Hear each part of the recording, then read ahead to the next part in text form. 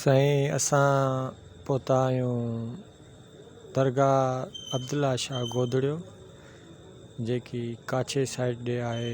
ही दरबार शहर फरीदाबाद में आहे। मेड़ खां तक़रीबन 35 किलोमीटर आहे। मेड़ तालको आहे, लाड़काणो ज़िलो आहे। ठीकु आहे, हिते आया आहियूं। हिते तमामु अक़ीदतमंद माण्हू अचनि था। अलाह सभिनि जूं आसां पूरियूं कंदो। दोस्तनि सभिनि संगत साथ जूं अलाह जा वली नी। हीउ बि हिकिड़ो दोस्त आयो आहे गेट ते, इहो बि अंदरि वेंदो, असां ई वेंदासीं। बसि हे चढ़ा बदिलनी पोइ हाणे हर कंहिंजो अक़ीदो आहे, जेको वॼाए या न वॼाए उन्हनि जी मर्ज़ी आहे। के चवंदा नी त बाबा हिन चढ़े खे वॼाइण सां साईं ॿुधंदो आहे, पर ईअं न आहे। बसि हे मां बि साम्हूं अची वियो आहियां तव्हांजे साम्हूं। हाणे मां अंदरि वेंदुसि, तव्हांखे अब्दुल्ला शाह गोदड़ियो दरबार जी दीदार कराईंदुसि, जेकी साईं जन जी क़बर मुबारक आहे। तक़रीबन 33 फुट जी आहे। 33 फुट जी क़बर आहे ऐं 2 साईं जन जे हेॾो क़बरानी, 2 साईं जन जे हेॾो क़बरानी, उहे बि 33 फुट जूं साईं जन जा चवंदा नी दोस्त नी उहे। ऐं अब्दुल्ला शाह गोदड़ियो हाणे अंदरि पहुची वियो आहे। ही साईं जन खे मथां जेको आहे सो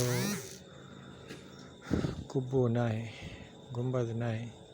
ही ख़ाली छड़ो मथां हिकिड़ी प्लेट लॻल आहे लोह जी। ऐं हीअ जेकी मथां मोड़ ॿधलनी, ही फ़ुकरा घुटकी ज़िले खां बि पुॼी विया नी। ऐं ही संगत सजी खड़ी आहे। ही माशाअल्लाह तुरबत आहे साईं जन जी 33 फुट जी। ऐं ही रसूल बख़्श असांजो प्यारो दोस्त घोटकी ज़िले खां बि आयो आहे। हिन अहिड़ियूं बि घुमंदी वरितियूं नी। ऐं हवा हिते तमामु ॾाढो ज़ोर कयूं खड़ी आहे। हिते जेका माण्हू उमेदूं खणी ईंदा नी, उन्हनि जी उमेदूं पूरी थी वेंदियूं नी, पोइ मोड़ ॾेई वेंदा नी। पोइ मोड़ हिते माण्हू ॿधी वेंदा नी। मथे तव्हांजे साम्हूं नज़रनि था पिया मोड़, इहे मोड़ आहिनि।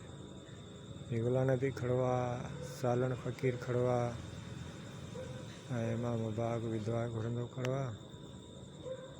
सुभान अल्लाह, सुभान अल्लाह। बसि हिननि खे मां इहो चई रहियो आहियां त मां हिकु चैनल ठाहे रहियो आहियां, सालार सूफ़ी,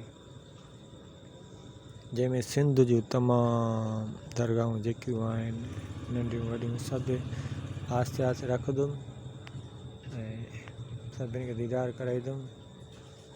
बसि पाण घुमंदा आहियूं, संगत खे बि घुमाईंदा आहियूं। हिते आया आहियूं असां, राति वेंदासीं लाहौत, हिते दीदार कयो आहे। हितां खां पोइ असां वेंदासीं लाहौत, शाह बिलाल नूरानी ते, महाबत फ़क़ीर ते, भिटाई सरकार ते, सेवण वेंदासीं माशाअल्लाह। ऐं हीअ फ़क़ीर फ़ुकरा असांजो खड़ो आहे। हीअ साईं जन जी पग मुबारक आहे, जेकी साईं जन जो मथे ते रखियल आहे। हीअ सॼियूं कंढियूं ही हवा या ही मोड़ जेका घोट ॿधनी टिकण सां मोड़ लाऊं लांदा नी, हे उहे मोड़ नी तव्हांजे साम्हूं आहिनि। हे इक़बाल फ़क़ीर, हे नूरियूं छोकिरियूं खड़ी नी। हितां असां दुआ घुरी पोइ निकिरंदासीं। दुआ घुरण खां पोइ साईं जन जो जबल आहे, उते चढ़ी वेंदासीं। पोइ उतां जबल खां पोइ उठनि ते वापसी ईंदी आहे।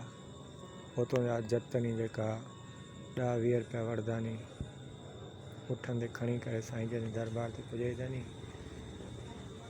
हाणे असां हितां बिल्कुलु निकिरंदासीं। हाणे ॿाहिरि अची वियासीं।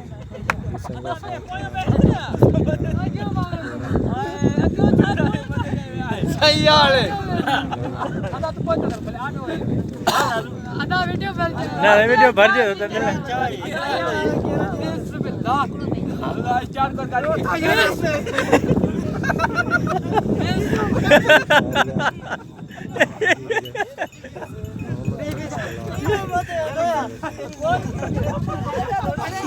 अरे ना भाई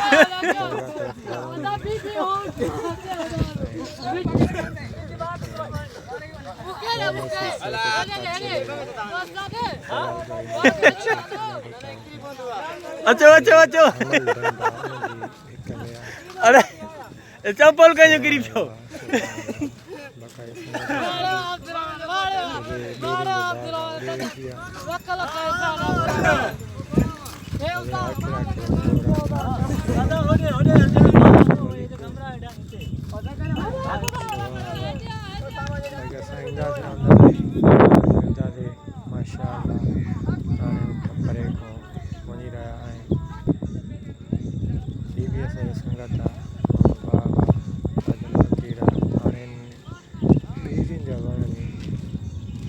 शायद न वठो 2 साल अरे हाणे लहो हेठ छोरा लहो सुको पियो आहे, जबल सुका पिया आहिनि इंशाअल्लाह सभिनि दोस्तनि संग साथ खे बि आहे त बाबा सूफ़ियुनि जी दरगाह जो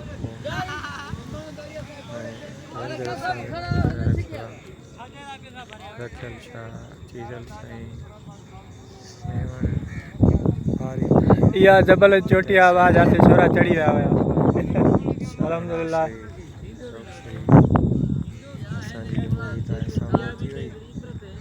बंद करे करे घर अचे